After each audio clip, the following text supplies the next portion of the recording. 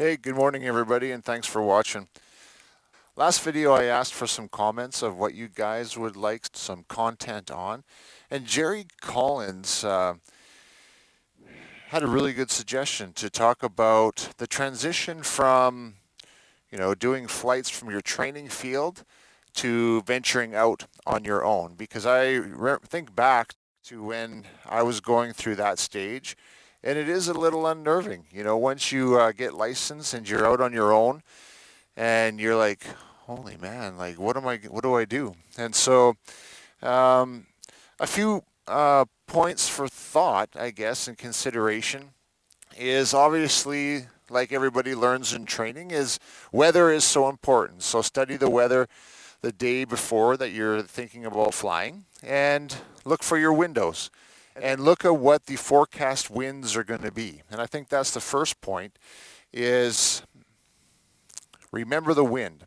Because, generally we're flying short duration flights of maybe an hour or two in length, and most times the wind will stay the same from the time that we take off until the time that we get back and land.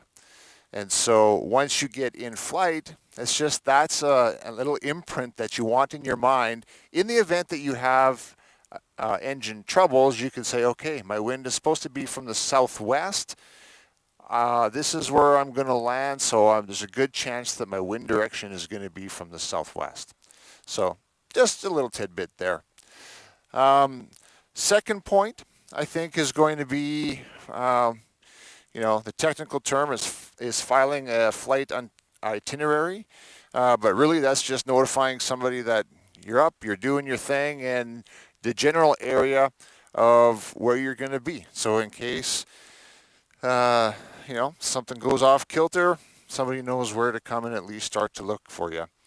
My wife doesn't get out of bed till usually 8 or 9 in the morning, and so she's still sawing logs by the time I'm wanting to get in the air. So I just send an email, kind of say where I'm taking off from, kind of the direction of where I'm thinking of going, and that I'll delete it once I'm back on the ground. So I don't even actually have to contact her if I don't need to. So, just consideration there.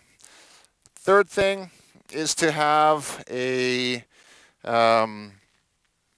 stuff sack with you, so that if you do go down somewhere, you can pack up your wing and be able to hike out and not have your wing flopping all over the place. So in the, like most paramotors, they've got a little compartment in the bottom here, so you can just put your stuff sack down there, and then you've got it with you during your whole flight.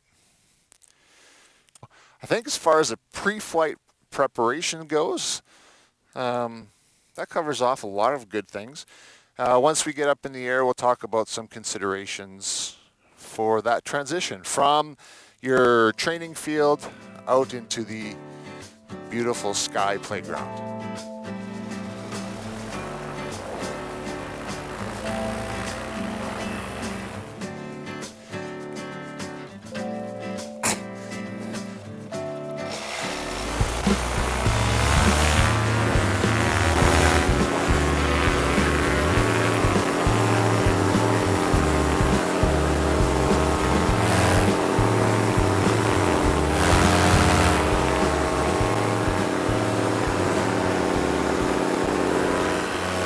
Okay, so things that we were going to think about, we're leaving the field. Okay, so this here, my training field, I'm comfortable with it. I'm like, this is my home, I don't want to leave it. I feel very safe here. Now I'm up. The weather forecast looked pretty decent. I'm looking out that way, and I can't tell if that's just the fog moving away, or if that's like some freaky rain cloud or something. There was nothing forecast. So I have no idea what that would be. So what I'm doing is I'm deciding I'm gonna change my plans. I was gonna set off for a bit of a cross country, but I don't don't like the look of the clouds, so I'll stick a little closer to home. It is what it is, man. So as you set off to explore, doing cross countries and away from your home base, my preference is always to do my outbound leg of my flight into the wind. The reason that I like to do that is because you can just enjoy the flight out, and you know that you don't have to fight a headwind coming back to your area where you need to land. So another thing to consider when you're out venturing out on your own is, start at higher altitudes. That way it's a little bit more comfortable. You can see the landscape. Like here, I can see for miles. You don't need to go this high, but I can see the towns over there. I got my airport over here, so it's very easy to not get lost. So hopefully that you know your area well enough, and always look for that place to land. Well, let's just, I turned my engine off, but let's just say this was an engine problem. Where am I going to land? I have nothing but options here. It's wide open space. I can find anywhere. But basically what I would want to think about was, okay, well, preferably I want to be somewhere near a road so that I can either walk back or get a ride. I don't want to land over by the river. Especially don't want to land on the south side of the river, because then if somebody's going to come pick me up, they may have to take a marathon drive to come get me. Setting up for your approach and your spot landings. So here my altitude is too high. I want to land basically right where my truck and trailer are. So I'm going to set up on my approach and just kind of assess my glide path. And if I need to dump some altitude, then I'm just going to slowly do some S turns.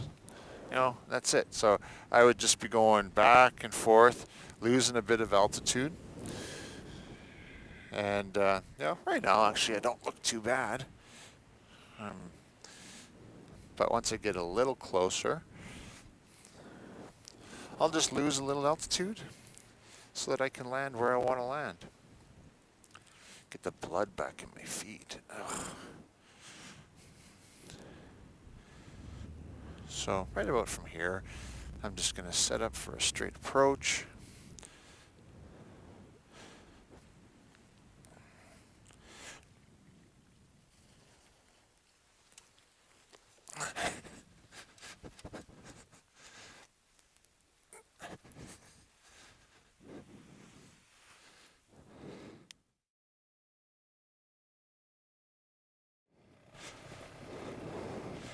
Okay, intermediate wing with a little breeze.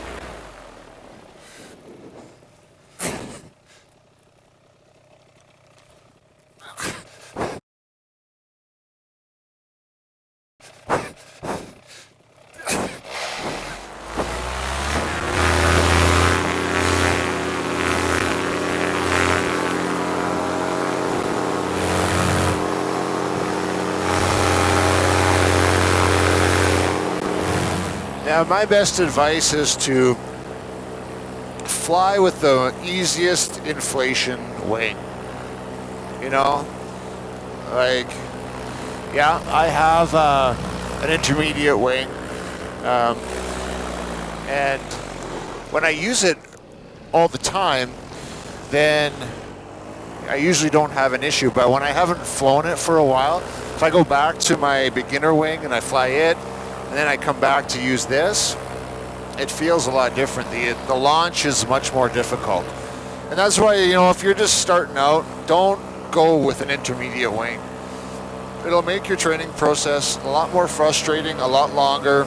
You're going to blow a lot more launches. So go with a good beginner wing. There's nothing shameful or wrong with it. Man, these wings, the way that they're made these days, you can do a lot of cool things even on them, and they're way safer. So anyway, what I was getting to with an intermediate wing, like this is a Dudek Report Air. It's probably one of the better cross-country flight wings, I think, I don't know. But it has your normal brake controls here, but it also has your tip steering here.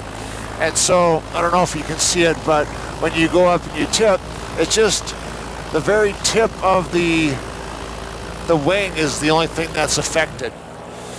And so, it's very easy. You can use like one finger to steer. You just do an input and you turn. So it's just kind of course corrections. And they're a little lower, more comfortable. So if you're flying for longer periods of time, you know, they got easy toggles that just clip in right there. And you can just fly along. You want to make an adjustment, just go, oh, do, and away you go. So, yeah, it's got a larger trim range. This is a full reflex wing, so even right now I am in reflex mode. When you go out past, you know, about between a 6 and a 9 and out, then you're in reflex mode. And, you know, so like if I even go full out, okay, now we're in full reflex mode. So my ground speed is faster, but you just have to be a little more aware of your flight configurations and know the wing. Yeah, so I can start to feel the thermals are starting to kick in. I think it's about 9 o'clock in the morning here. So the sunrise is at 6. So I can start to feel it. Well, my GoPro's gonna die, but a few things to think about anyway. Moral of the story is, go out and enjoy the sky. It's a playground. Don't be afraid. Don't stay close to home. Get out and explore and adventure. Fly safe, everyone.